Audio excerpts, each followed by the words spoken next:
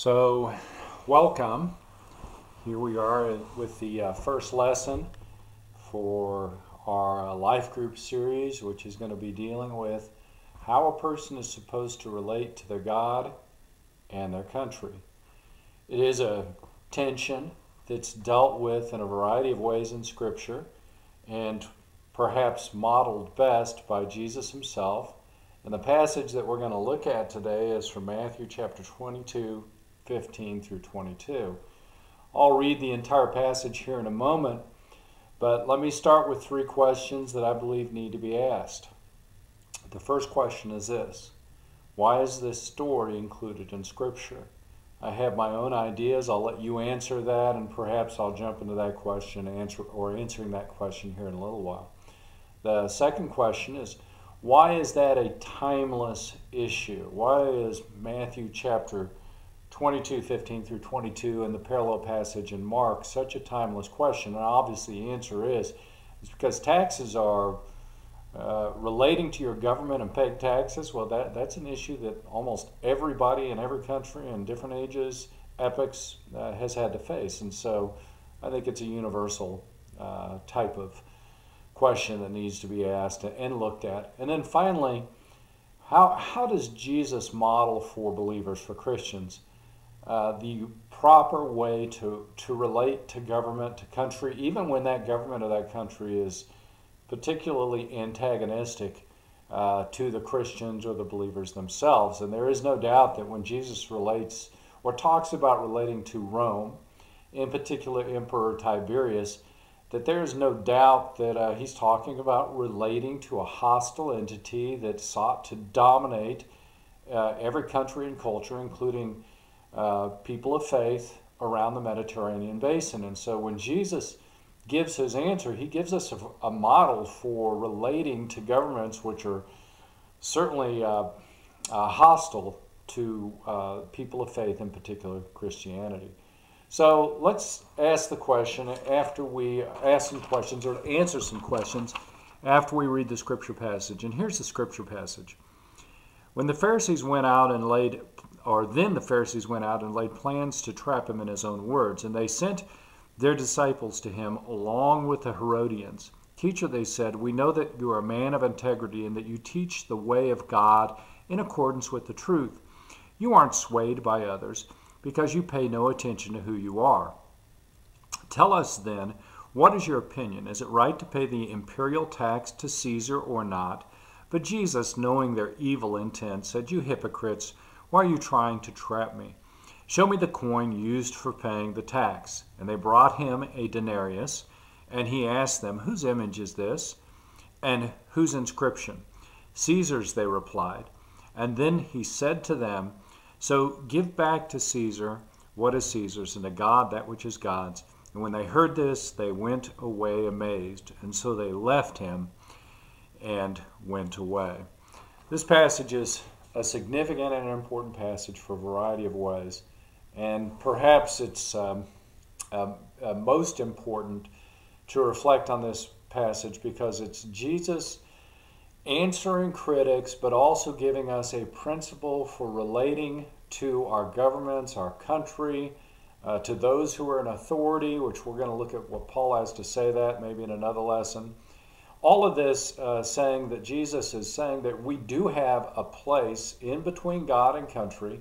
We do have to relate in a positive way to the country, the nation in which we live, even if that nation or that country is inherently wicked, evil, or hostile to the principles of Christianity or faith, which we want to stand by. So the two groups that come here that are critical in terms of conspiring together to be critical of Jesus and to try and trap him are the Herodians and the Pharisees.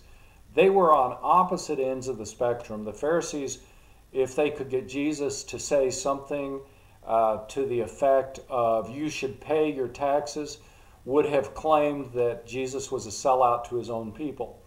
The Herodians, if they could get Jesus to say don't pay your taxes, could have claimed that he was promoting sedition. And so from their perspective, by coming together, Pharisees and Herodians, they thought they left Jesus with no position, no place to stand. And really, I think this is the important position for Christians. Sometimes as we relate to the world, to our country, to our government, to those in power or authority, sometimes it feels like we don't have any place to stand. But Jesus really illustrates and models here for believers that there is a place to stand. And that place where we stand is the principle that he gives here, where he says, render unto Caesar that which is Caesar, and of course that's the King James Version, and unto God that which is God's. And this answer was exactly what the Herodians and the Pharisees did not anticipate. They didn't understand that there was a nuanced faith approach, and Jesus gives us that nuanced faith approach.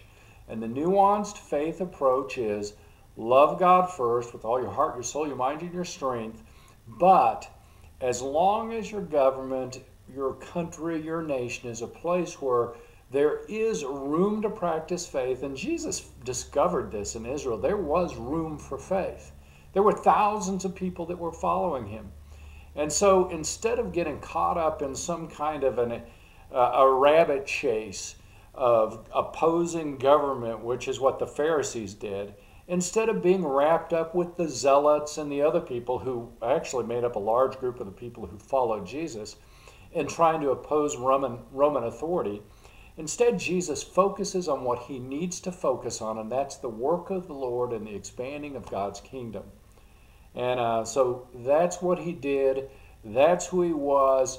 And then, of course, whenever he gives his answer, which is render unto Caesar that which is Caesar, and unto God that which is God's, this was amazing. The word amazing here is a word that we see frequently in the New Testament.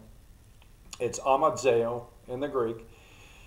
Amazeo is this word which just underscores that this was a moment where the Pharisees, the Herodians, saw who Jesus was, knew that they knew of their hypocrisy, and that he knew completely that what they had tried to do was trap him.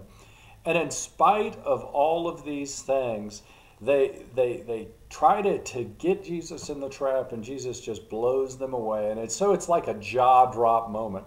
It's like, I can't believe he just took our trap, our thing where we imagined we had him, and then just turned it on its head and said there's a different way to view things. And for Christians, there's a different way to view things. And the person who's shown us this different way, the middle way of surrendering to God first and pleasing God first, but also the middle way of respecting authority, and as far as possible being at peace with all men and all authorities, well, Jesus shows us that middle way. And so that's one reason why when I reflect on this passage, I just think this is a tremendous passage. Now think again on some of the questions I gave you at the beginning. Why is this scripture in the Bible? How is it important to all people for all time? What's the nature of its universal appeal? And how does Jesus model for us the importance of finding that middle ground between serving God first and then respecting authority and doing what we need to do to make sure that we're also good citizens of the places where we happen to be planted. Thanks. Discuss these things, follow the worksheets, and just have a great Bible study.